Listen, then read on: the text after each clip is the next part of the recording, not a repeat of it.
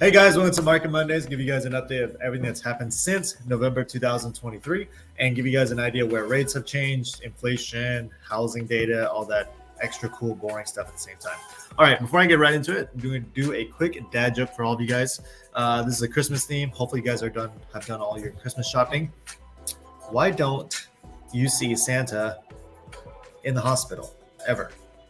It's because he has private elf care. All right, so getting right into it. So a lot has changed in just the last month, and change in a good way when it comes to especially interest rates.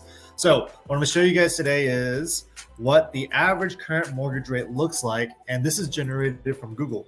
Now every company is going to be different, but it's averaging all of the companies that Google puts on their list, and they kind of generate an average number of what rates look like right now, and all for different loan programs and so on and so forth. Now, I want to point out some crazy numbers here is that in the end of October, we were seeing rates in the 8.5 to 8.25 range, basically above 8.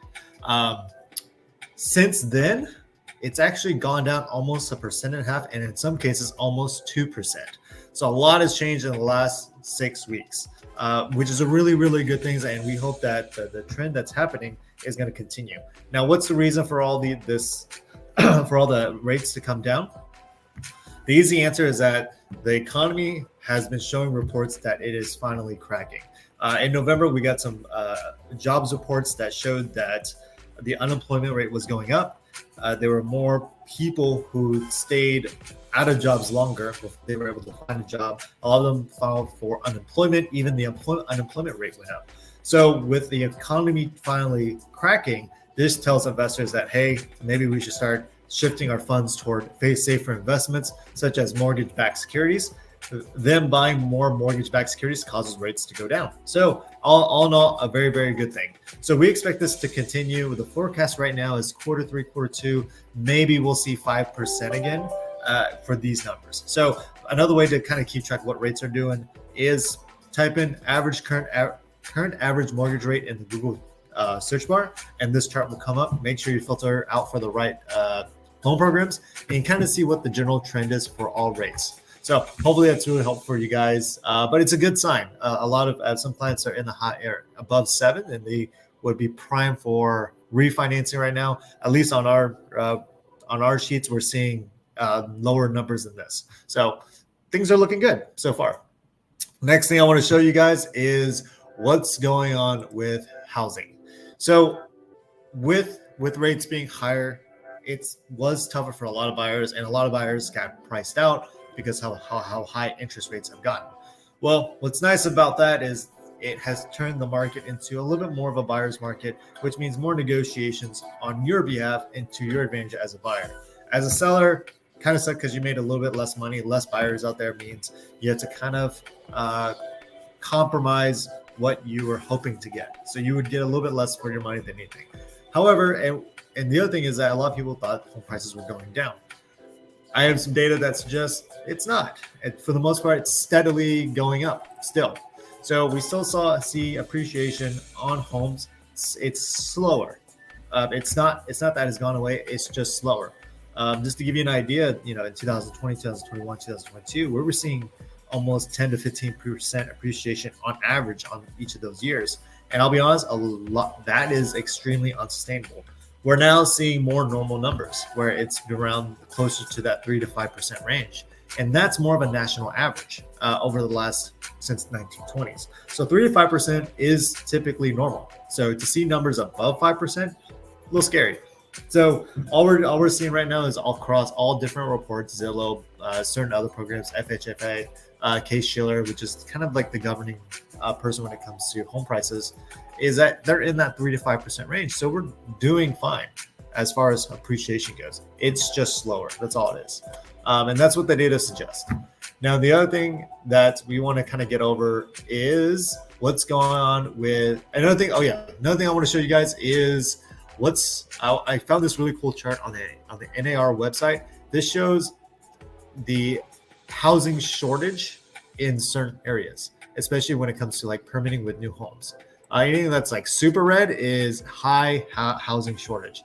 As I operate in Washington State, this is exactly where we're at. This, this whole area right here is a crazy housing shortage. Same with Hawaii, Southern California. We have Southern Florida. We have areas like Philadelphia and over here. Some spots in the Midwest, all over the place. So it's kind of fascinating to kind of see how much red there is in this map, as well as blue. What other places are having a sufficient supply of housing. The next I want to show you guys is just the average home price, which kind of tracks with this here. Everything's pretty much between 3 to 5, and so is this. On average, is about 3 to 5%. So previously, yearly average is pretty good for home prices on a yearly average situation. The last thing I want to show you guys is what the inflation data shows. So this chart right here only shows 1 out of 3 inflation reports that come out on a monthly basis, but I want to kind of point out that as of a year ago in 2022, we were seeing, just barely under 10 for inflation. And inflation is just a measurement of how much home prices have changed on all these things: energy, electricity, to recreational, to prices, gasoline, food, apparel, all sorts of stuff. Yeah, about a year ago, we were in like the almost to 10, and there's some of the inflation reports were at 10. So kind of nice to see that within a year, or basically over a course of a year, with what the Fed has done with the Fed rate, it has caused inflation to be cut more than half. So this is essentially where we're at right now. We hope that these numbers continue to go down.